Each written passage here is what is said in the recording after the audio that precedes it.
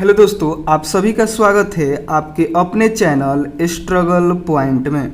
तो दोस्तों, यह बिहार बोर्ड क्लास 8 का मैथ का 5वां अध्याय का दूसरा वीडियो है। 5वां अध्याय का दूसरा वीडियो है, यानी पार्ट 2 वीडियो है, जिसमें हम लोग प्रश्नावली 5.1 के प्रश्न 8, 9, 10 और 11 को हल करेंगे। ठीक है, प्रश्न 8, 9, 10 और 11 को हल करेंगे। और इससे पहले पार्ट 1 वीडियो में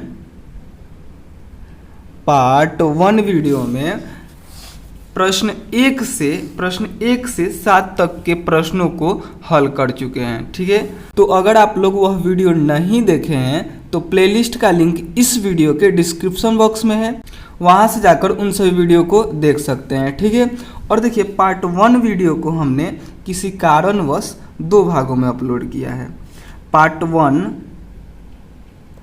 1A और फिर पार्ट 1B, यानी पार्ट 1 वीडियो जो था उसको हमने 2 वीडियो में कन्वर्ट करके अपलोड किया है किसी कारणवश।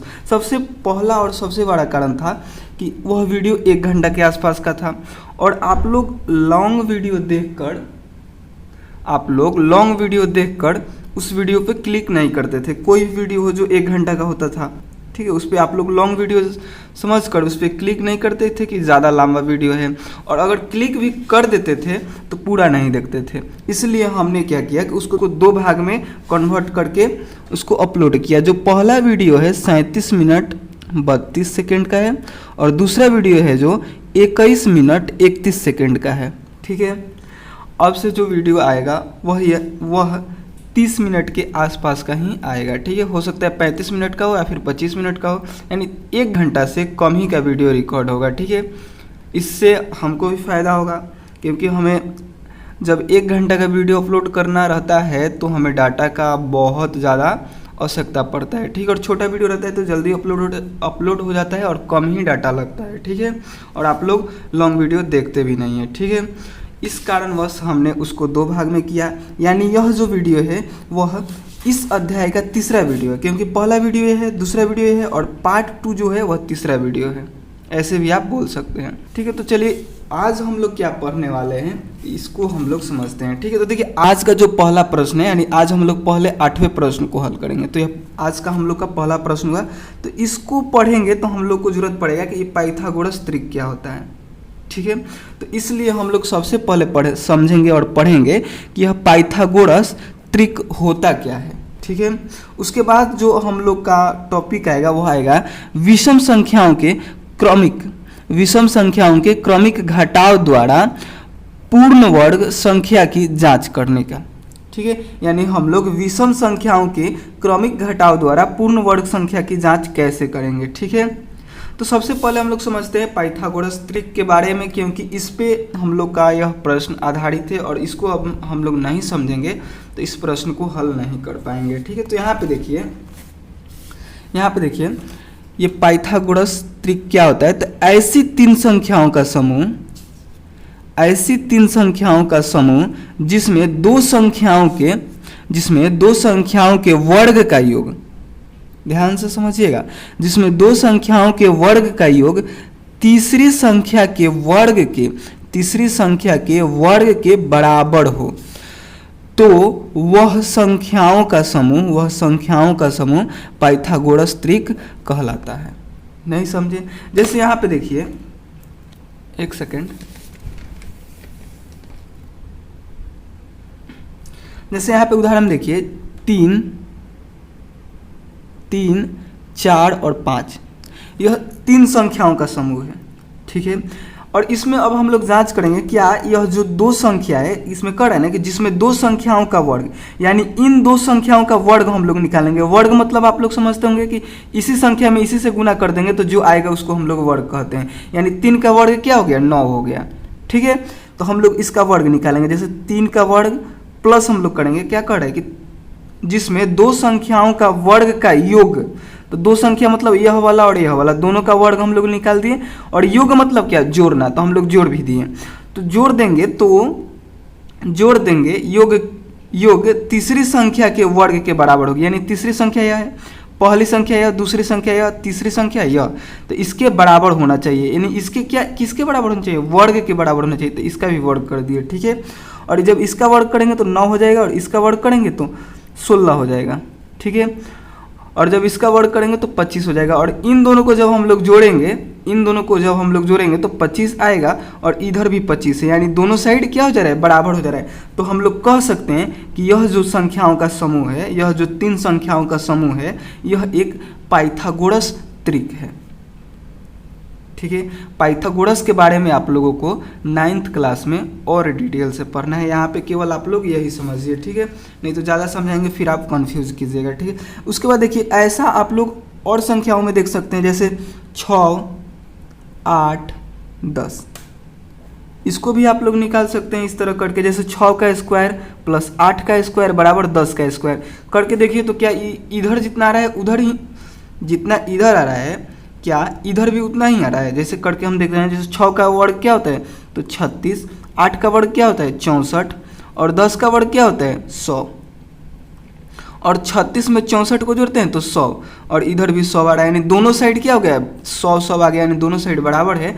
तो हम लोग कह सकते हैं कि यह भी जो है वह पाइथागोरस त्रिक है, ठीक है। तो ऐसे ही आप लोग को और उदाहरण लेकर जांच करना है, लेकिन हम लोगों को यहाँ पे त्रिक दिया हुआ है, यहाँ पे जो प्रश्न में है वह त्रिक दिया है, जैसे 1 2 3, 3 4 5, 6 8 10, 1 1 1, ऐसे करके त्रिक दिया गया है, यानी 3 संख्याओं का समूह दिया गया है। हम लोगों को केवल जांच करना है कि क्या यह पाइथागोरस त्रिक है, यानी इसमें 2 संख्याओं के वर्ग करके योग करने के बाद जो तीसरी संख्या है उसके वर्ग करने के बाद दोनों बराबर हो रहे हैं, जैसे कि हमने यहाँ पे किया। तो चलिए इन सभी को हम लोग जांच करते हैं, ठीक है। शायद आप लोग समझ गए होंगे। चलिए एक प्रश्न को हल करते हैं तो और अच्छे से आपको समझ में आ जाएगा, ठीक है। तो देखिए 8वां का पहला प्रश्न है, क्या है, 1, 2, 3, यह 3 संख्याओं का समूह है, तो इसको हम लोग त्रिक बोलेंगे, ठीक है। और देखेंगे कि क्या यह पाइथागोरस त्रिक है, तो इसके लिए हम लोग इसका वर्ग करेंगे, ठीक है। तो इसका वर्ग करेंगे, यहाँ पे आप लोग हल लिख दीजिएगा, और 1 का वर्ग करेंगे प्लस 2 का वर्ग करेंगे और तीसरी संख्या के वर्ग के बराबर करेंगे, ठीक है। सब में आप लोग को ऐसे ही करना है। तो देखिए जब 1 का वर्ग कीजिएगा तो 1 ही हो जाएगा, और जब 2 का वर्ग कीजिएगा तो 4 हो जाएगा, और 3 का वर्ग कीजिएगा तो 9 हो जाएगा, ठीक है। और 1 में 4 को जोड़िएगा तो इधर 5 हो जाएगा और इधर 9 हो जाएगा। यह दोनों साइड बराबर हो रहा है, ध्यान से देखिए, इधर का संख्या इधर के संख्या के बराबर हो रहा है तो नहीं हो रहा है, यानी 5 बराबर नहीं है 9 के। तो यहाँ पे लिखिएगा कि 1, 2, 3 एक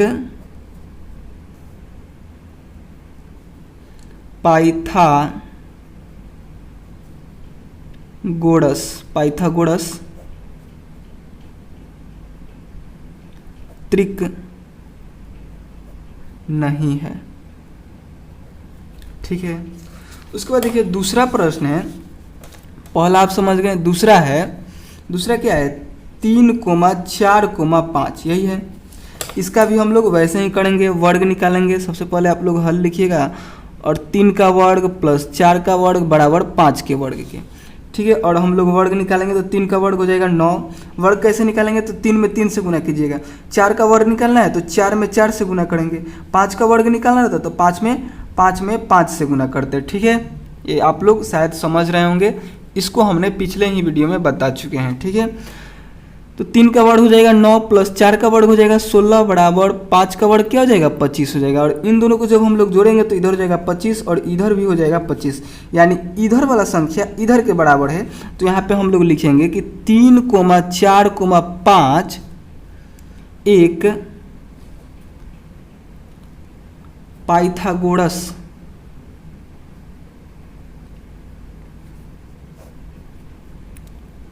त्रिक है, ठीक है। इतना ही करना था। उसके आगे देखिए, उसके आगे है तीसरा नंबर में है 6, 8, 10। तो इसका भी हम लोग वर्ग निकालेंगे, ठीक है। कैसे करेंगे तो 6 का वर्ग प्लस 8 का वर्ग बराबर होगा 10 के वर्ग के, यानी 6 का वर्ग हो जाएगा 36 प्लस 8 का वर्ग हो जाएगा 64 बराबर 10 का वर्ग हो जाएगा 100। ये हम उदाहरण में भी आप लोग को यहाँ पे समझाए थे, ठीक है, और इसको भी उदाहरण में समझाए थे। फिर भी यहाँ पे एक बार और हम आपको बता दे रहे हैं। देखिए 36 में 64 को जोड़िएगा तो यहाँ पे हो जाएगा 100 और बराबर इधर भी हो जाएगा 100, यानी इधर की संख्या और इधर की संख्या दोनों आपस में बराबर हो रहे हैं। तो यहाँ पे लिखिएगा 6, 8, 10 एक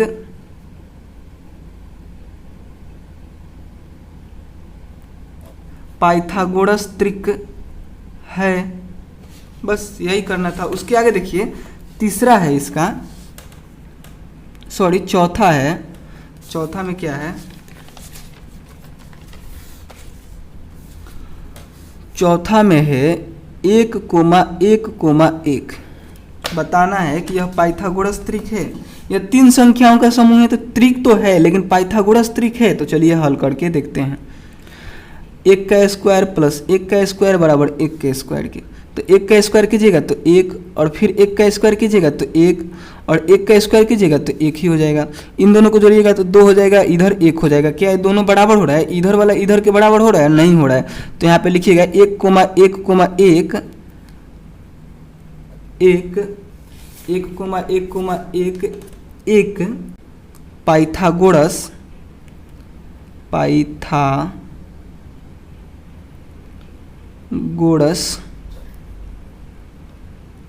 त्रिक नहीं है। इसको ऐसे काट भी सकते हैं कि 2 बराबर नहीं है 1 के, ठीक है। उसके आगे देखिए, उसके आगे है 2,2 क्या है, 5वां नंबर में है 2,2,3। इसका अब हम लोग निकालते हैं कि यह पाइथागोरस त्रिक है या फिर नहीं है। तो 2 का वर्ग प्लस 2 का वर्ग बराबर 3 के वर्ग। आप लोग को सभी प्रश्न में ऐसे ही करके निकालना है, ठीक है। और उसके बाद देखिए 2 का वर्ग हम लोग करेंगे तो 4 हो जाएगा, और 2 का वर्ग करेंगे तो 4 हो जाएगा, और 3 का वर्ग करेंगे तो 9 हो जाएगा, ठीक है। और इन दोनों को जब हम लोग जोड़ेंगे तो यहाँ पे 8 हो जाएगा, और इधर 9 है। ये दोनों बराबर हो रहे हैं? तो बिल्कुल नहीं हो रहा है। तो यहाँ पे फिर से लिखना है कि 2,2,3 एक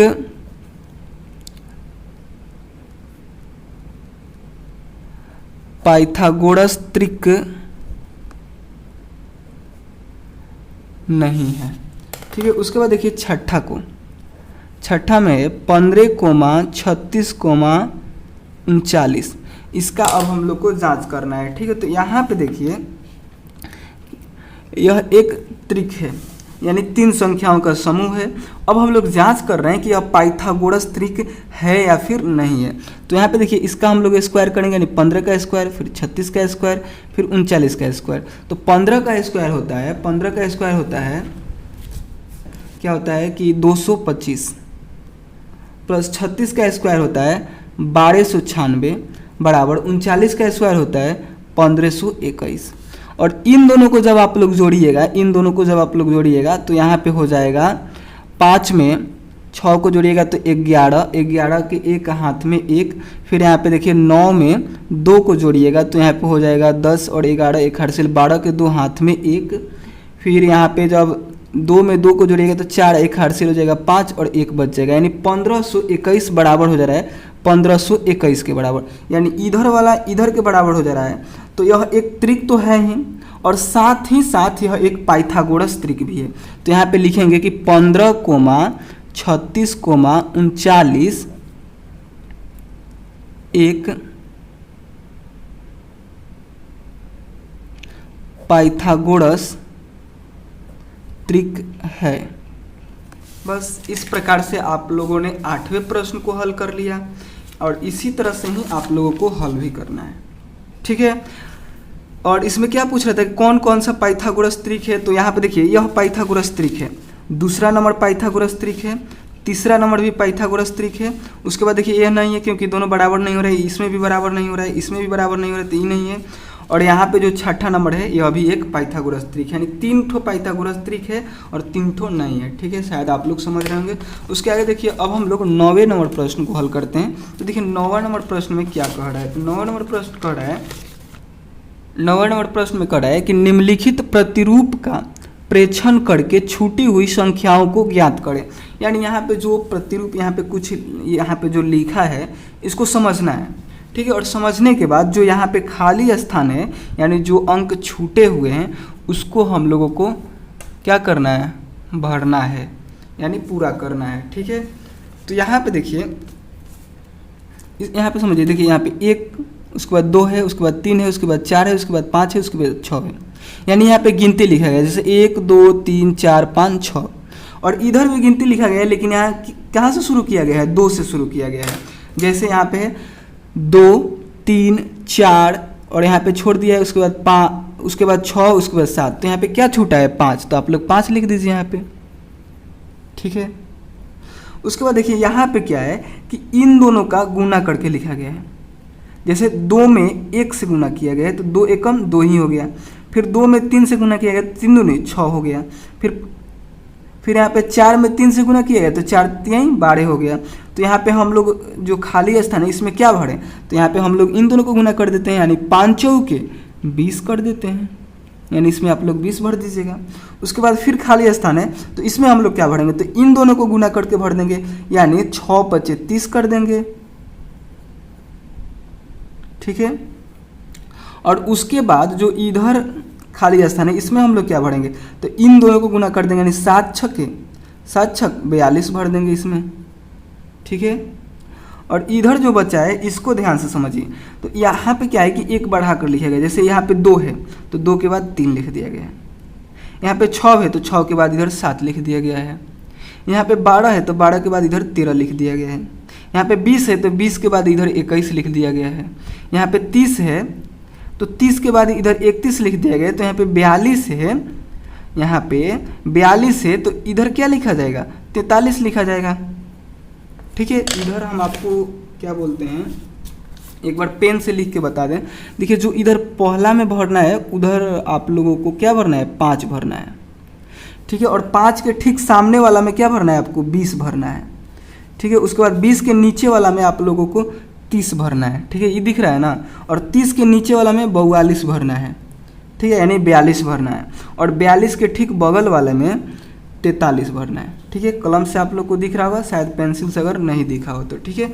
उसके बाद देखिए 10वां प्रश्न को, तो 10वां प्रश्न में हम लोग को क्या करना है कि विषम संख्याओं के क्रमिक घटाव की क्रिया द्वारा निम्नलिखित संख्याओं की जांच करें कि कौन सी संख्या पूर्ण वर्ग संख्या है, ठीक है। पूर्ण वर्ग संख्या आप लोग समझते होंगे कि किसी ना किसी संख्या का वर्ग हो, जो जैसे कि यहाँ पे क्या है, 3 में जब हम लोग 3 से गुना करते हैं तो यहाँ पे 9 आता है, तो 9 क्या है, 9 एक पूर्ण वर्ग है, जो कि हमने बहुत ही डिटेल में पिछले वीडियो में बताया था, ठीक है। तो अगर आप लोग वो वीडियो देखे होंगे तो आप लोग को अच्छे से समझ में आया होगा कि यह पूर्ण वर्ग क्या होता है। लेकिन यहाँ पे हम लोग को क्या करना है कि विषम संख्याओं के क्रमिक घटाव द्वारा इन सभी को जांच करना है कि यह पूर्ण वर्ग संख्या है या नहीं, ठीक है। तो देखिए कैसे हम लोग करेंगे, जैसे यहाँ पे देखिए 9 क्या है, 9 एक पूर्ण वर्ग है, तो इसको हम लोग कैसे करेंगे, तो यहाँ पे देख लीजिए, यहाँ पे समझिए, जैसे 9 है तो विषम संख्या को समझिए। विषम संख्या क्या होता है, तो प्रथम विषम संख्या 1 है, 1 के बाद फिर आएगा, 1 के बाद 3 आता है, यह भी एक विषम संख्या है, उसके बाद 5 आता है, उसके बाद 7 आता है, उसके बाद 9 आता है, एक छोड़ कर, ठीक है। तो हम लोग क्या करेंगे कि इस 9 में से बारी बारी से इसको घटाते हुए चलेंगे शुरू से। जैसे 9 में से हम लोग 1 को घटा दिए, इसको काटिए, 9 में से 1 को घटा देंगे तो हमारे पास 8 आएगा, ठीक है। फिर 8 आ गया ना, तो हम लोग 8 में अब हम लोग 1 घटा दिए, अब हम लोग 3 को घटाएंगे, तो 3 को घटाएंगे तो यहाँ पे हो जाएगा 5 हो जाएगा। और फिर हम लोगों ने 3 को घटा दिया तो 5 आया, तो 5 में से अब हम लोग अगली विषम संख्या यानी 5 को घटाएंगे, तो 5 को घटाएं तो यहाँ पे 0 आ गया। अगर 0 आ गया तो हम लोग समझेंगे कि जो 9 है वह क्या है, वह एक पूर्ण वर्ग संख्या है, ठीक है। और किसका वर्ग है, तो हम लोग इसको काउंट करेंगे, जैसे 1 स्टेप, 2 स्टेप, 3 स्टेप, यानी 3 स्टेप में हम लोगों ने 9 को घटाया तो 0 आ गया, तो इसलिए यह 3 का वर्ग है। समझ में आया। अगर ऐसे ही यहाँ पे अगर 10 रहता, देखिए 10 रहता तो 10 को हम लोग क्या करते हैं, हम लोग जांचते हैं कि क्या यह 10 जो है वह पूर्ण वर्ग संख्या है। तो हम लोग क्या करते हैं, सबसे पहले 1 को इसमें से घटाते हैं। जैसे 10 में से 1 को हमने घटाया तो यहाँ पे आ गया 9 आया ना, फिर कोमा देंगे और 9 में से हम लोग 3 को घटाएंगे तो यहाँ पे आ गया 6, फिर कोमा देंगे। दूसरा स्टेप में हम लोग 6 में से अब हम लोग यहाँ पे 5 को घटाएंगे तो यहाँ पे कितना आ गया, 1 आ गया। अब देखिए 5, अब जब 1 है तो 1 में से अब हम 7 को नहीं घटा सकते क्योंकि 1 छोटा हो गया। इस प्रकार हम लोग कहेंगे कि इसको घटाने के बाद 0 नहीं आया, इसलिए यह क्या है, यह एक पूर्ण वर्ग संख्या नहीं है और यह पूर्ण वर्ग संख्या है भी नहीं। ठीक है, इसका आप लोग ऐसे भी निकालिएगा गुणन अभाज्य गुणनखंड करके, फिर भी जोड़ा नहीं लगेगा। देखिए जैसे 2 से इसको घटाइएगा तो 5 हो जाएगा और 5 से कम 5 हो जाएगा, और इन दोनों का गुणनखंड क्या आया, 2 5 आया और इसका जोड़ा भी नहीं लगता है। और यहीं पे 9 रहता, यहाँ पे 9 रहता तो इसका जोड़ा लग जाए। जैसे 3 से हम लोग कटाते तो 3 आता, फिर 3 से कटाते 3 आता, 3 गुने 3 यानी इसका जोड़ा लग जा रहा है। तो यह क्या हो जाएगा, यह पूर्ण वर्ग संख्या हो जाएगा जो कि 10 नहीं होगा। और इसमें देखिए 3 स्टेप में हम लोग घटाएं और क्या हुआ, 0 भी नहीं आया। अगर यहाँ पे 0 आ जाता तो हम लोग कहते कि यह पूर्ण वर्ग संख्या है। ठीक है, आप लोग समझ रहे होंगे। अब हम लोग बड़ी बड़ी संख्याओं को घटाएंगे। यहाँ पे छोटी संख्या पे समझ लिए। अब जैसे 81 है, 121 है, 144 है और 36 है, इसको घटाकर अब हम लोग ट्राई लेते हैं क्या यह पूर्ण वर्ग संख्या है। तो देखिए 10वां का पहला प्रश्न है 81। तो चलिए अब हम लोग 81 को घटाते हैं। सबसे पहले हम यहाँ पे आप लोग को कुछ क्या बोलते हैं वो कुछ विषम संख्या यहाँ पे लिख दें। जैसे देखिए हम लोग को जरूरत पड़ेगा इसका, एक विषम संख्या है, फिर 2 को छोड़ेंगे 3 को लिखेंगे, 3 एक विषम संख्या है, फिर 3 के बाद 4 आता है, 4 को छोड़ेंगे 5 को लिखेंगे, 5 एक विषम संख्या है। उसके बाद 5 के बाद 6 आता है तो 6 को छोड़ देंगे और 7 को लिखेंगे क्योंकि 6 एक विषम संख्या नहीं है, 7 एक विषम संख्या है और विषम संख्या को ही इसमें से हम लोग घटाएंगे। ठीक है, अब इसमें से आप लोग सम संख्या को घटाइएगा तो फिर गलत हो जाएगा, इसीलिए हम पहले ही लिख दे रहे हैं कि इससे आप लोग कम से कम कंफ्यूज तो नहीं होइएगा ना घटाने में। ठीक है, इसलिए लिख रहे हैं जैसे 1 3 5 7, उसके बाद होगा 9, फिर उसके बाद होगा 11, उसके बाद होगा 13, उसके बाद होगा 15, उसके बाद होगा 17। ठीक है, उसके बाद नीचे लिख दे रहे हैं 17 के बाद आप लोग लिखिएगा 19, 19 के बाद आप लोग 21 को घटाइएगा, 21 के बाद आप लोग 23 को घटाइएगा और 23 के बाद आप लोग 25 को घटाइएगा। ऐसे ही अगर आगे भी अगर 25 से भी ज़्यादा अगर घटाना पड़े तो 25 के बाद 26 को छोड़कर 27 को घटाइएगा। ठीक है, एक छोड़कर, यानी विषम संख्या को ही घटाना है। तो चलिए हम लोग 81 को अब हम लोग घटाना शुरू करते हैं। तो बताइए 81 में सबसे पहले हम कौन सा संख्या घटा दें, 27 घटा दें? तो बिल्कुल गलत हो जाएगा। सबसे पहले हम लोग 1 को घटाएंगे। तो जब हम लोग 81 में से 1 को घटाएंगे तो यहाँ पे हो जाएगा 80, फिर कोमा देंगे और यह एक स्टेप हो गया। दूसरा स्टेप में हम लोग क्या करेंगे, फिर से 80 लिखेंगे और 80 में 1 घटाएंगे नहीं, अब हम लोग दूसरा को घटाएंगे, यानी दूसरा विषम संख्या क्या है, 3 है, तो 3 को घटाएंगे। जब 80 में अब 3 को घटाइएगा तो यहाँ पे हो जाएगा 77। ठीक है, फिर अब हम लोग 77 में 5 को घटाएंगे, 77 में से 5 को घटाएंगे तो यहाँ पे हो जाएगा 72। फिर हम लोग 72 यहाँ पे लिखेंगे और 72 में से अब हम लोग 7 को घटाएंगे तो यहाँ पे हो जाएगा 72 में से 7 को घटाइएगा तो 65 हो जाएगा। फिर हम लोग कोमा देंगे और 65 में से अब हम लोग कितना को घटाएंगे, 9 को घटाएंगे। तो 65 में से जब आप लोग 9 को घटाइएगा तो यहाँ पे हो जाएगा 56। फिर 56 में से आप लोग कितना को घटाइएगा, 56 में से अब अगला संख्या है, अगला विषम संख्या है 11, तो 11 को घटाएंगे। तो 56 में से जब 11 को घटाइएगा तो यहाँ पे हो जाएगा 45।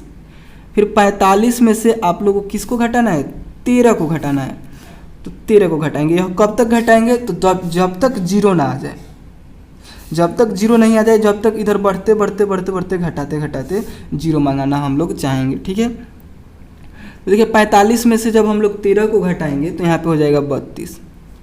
अब हम लोग 32 में से किसको घटाएंगे, तो 15 को घटाएंगे। ठीक है, देखिए यहाँ पे इस 15 को घटाएंगे, तो 32 में से 15 को घटाएं तो यहाँ पे हो गया, यहाँ पे हो जाएगा 17। और फिर हम लोग 17 में से अगली विषम संख्या 17 को ही घटाएंगे। तो 17 में से जब 17 को घटाएंगे तो 0 आ गया, ठीक है। और यही हम लोग को मंगाना था। अगर 0 नहीं आता तो यह विषम संख्या, अगर 0 नहीं आता तो यह पूर्ण वर्ग संख्या नहीं होता, ठीक है। और यह किसका वर्ग है, इसको जांचने के लिए हम लोग इसको देखेंगे कि यह कितना स्टेप में 0 आया है। तो देखिए, एक स्टेप यहाँ तक, फिर दूसरा, तीसरा, चौथा, यह पांचवा, फिर छठा, और फिर सातवां, फिर आठवां, और फिर नौवां। यानी 9 स्टेप में यह 0 आया है। यानी 9 में 9 से आप गुना कीजिएगा तो 81 आता है। यानी यह 81 जो है वह 9 का वर्ग है, यानी 9 का स्क्वायर है, ठीक है। तो चलिए अब हम लोग दूसरे को देखते हैं। दूसरा में है, एक मिनट,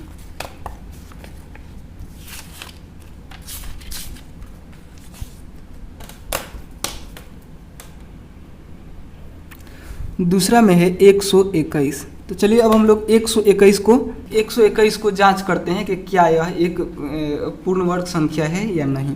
तो 121 में से हम लोग सबसे पहले 1 को घटाएंगे, ठीक है। हम थोड़ा इधर फास्ट कर रहे हैं क्योंकि आपको तो हम समझा ही दिए हैं, ठीक है। तो यहाँ पे हम लोग फास्ट भी करेंगे तो आपको समझ में आ जाएगा, ठीक है।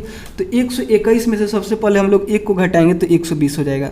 फिर 120 में से अब हम लोग 3 को घटाएंगे तो यहाँ पे हो जाएगा, यहाँ पे क्या हो जाएगा, 117 हो जाएगा, 117 हो जाएगा। फिर 117 में से जब हम लोग 5 को घटाएंगे तो यहाँ पे हो जाएगा 112। 112 में से जब हम कितना को घटाएंगे, 7 को घटाएंगे तो यहाँ पे हो जाएगा 105, ठीक है। और 105 में से 9 को घटाएंगे तो यहाँ पे हो जाएगा 96। और 96 में से 11 को घटाएंगे तो यहाँ पे हो जाएगा 85। 96 में से जब 11 को घटाएंगे तो यहाँ पे हो जाएगा 85, ठीक है। और 85 में से जब हमने 13 को घटाया, क्योंकि 11 के बाद 13 विषम संख्या आता है, तो 13 को जब हम घटाएंगे तो यहाँ पे हो जाएगा 72, ठीक है। उसके बाद जब 72 में से 15 को घटाएंगे तो 72 में से 15 को घटाएंगे तो हो जाएगा 57, ठीक है। और 57 में से हम किसको घटाएंगे, 57 में से हम 17 को घटाएंगे तो यहाँ पे हो जाएगा 40। और 40 में से 19 को घटाएंगे तो यहाँ पे हो जाएगा 21। और देखिए 21 में से अब हम लोग 21 को घटाएंगे, क्योंकि 19 के बाद 21 विषम संख्या आता है। तो 21 में से 21 को घटाएंगे तो यहाँ पे 0 आ जाएगा। और 0 आ गया तो हम लोग समझेंगे कि यह क्या है, यह एक पूर्ण वर्ग संख्या है, ठीक है। और कितना स्टेप में आया तो काउंट कीजिए, 1 2 3 4 5 6 7 8 9 10 11। यानी यह किसका वर्ग है, 11 का वर्ग है, ठीक है। उसके बाद जल्दी से हम लोग देखते हैं तीसरे को। तीसरा में क्या है, 144 है। इसको अब हम लोग घटाना शुरू करते हैं। 144 में से हम लोग 1 को घटाएंगे तो यहाँ पे हो जाएगा, 144 में से 1 को घटाएंगे तो 143 हो जाएगा। फिर 143 में से 3 को घटाएंगे तो यहाँ पे 140 हो जाएगा। 140 में से अब हम लोग 5 को घटाएंगे तो 135 हो जाएगा। 135 में से अब हम लोग 7 को घटाएंगे तो यहाँ पे 128 हो जाएगा। 128 में से 9 को घटाएंगे तो यहाँ पे हो जाएगा, 128 में से 9 को घटाएंगे तो 119 हो जाएगा। और 119 में से 11 को घटाएंगे तो 108 हो जाएगा। और 108 में से 13 को घटाएंगे तो यहाँ पे हो जाएगा 95। और 95 में से हम लोग 15 को घटाएंगे तो यहाँ पे हो जाएगा 80। और 80 में से हम लोग 15 के बाद आता है 17, तो 17 को घटाएंगे तो यहाँ पे हो जाएगा, 17 को जब हम लोग घटाएंगे, 80 में से 17 को घटाएंगे तो यहाँ पे हो जाएगा 63। और 23 को घटाएंगे, 17 के बाद 19 आएगा तो 19 को घटाएंगे तो यहाँ पे हो जाएगा 44। आप लोग ध्यान से घटाइएगा, नहीं तो फिर गलत हो जाएगा, ठीक है। और 44 में से 21 को घटाएंगे तो यहाँ पे हो जाएगा 23।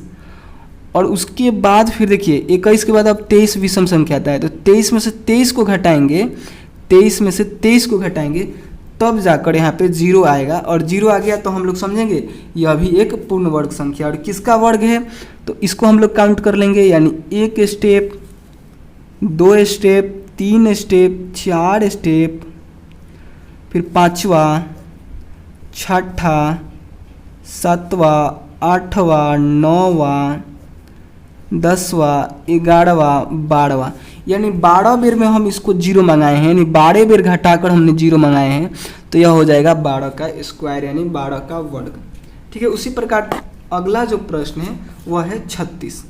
तो चलिए अब हम लोग 36 को भी एक बार ट्राई करते हैं, ठीक है। तो यहाँ पे देखिए, यहाँ पे देखिए 36 को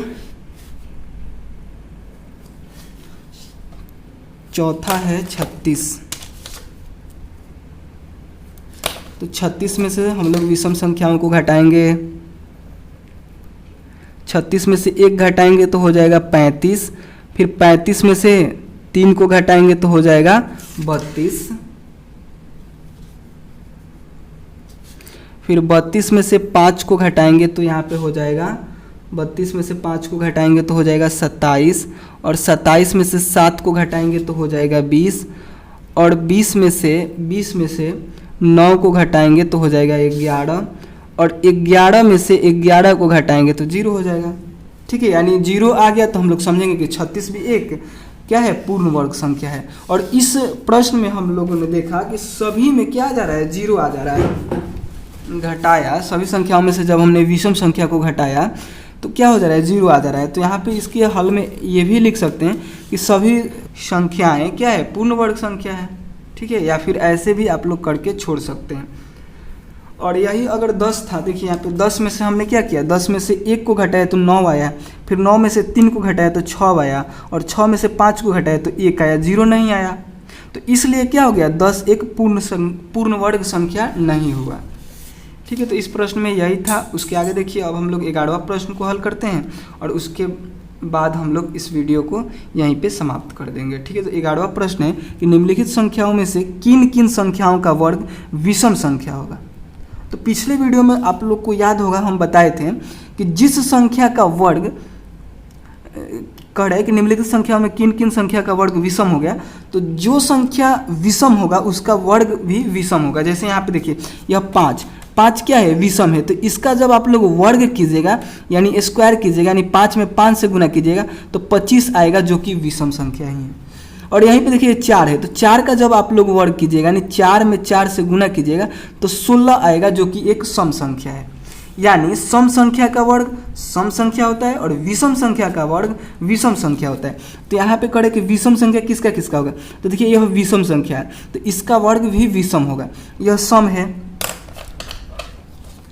यह विषम है तो इसका वर्ग विषम होगा, और यह सम है तो इसका वर्ग विषम नहीं होगा, सम होगा, ठीक है। और ये भी क्या है, ये भी विषम है तो ये भी इसका भी वर्ग विषम ही होगा, ठीक है। तो इसके हल में आप लोग को लिखना है। और ये भी देखिए ये भी सम है तो इसका भी वर्ग सम ही होगा, तो इसके हल में आप लोग को लिखना है। 11वां के हल में आप लोग को लिख लेना है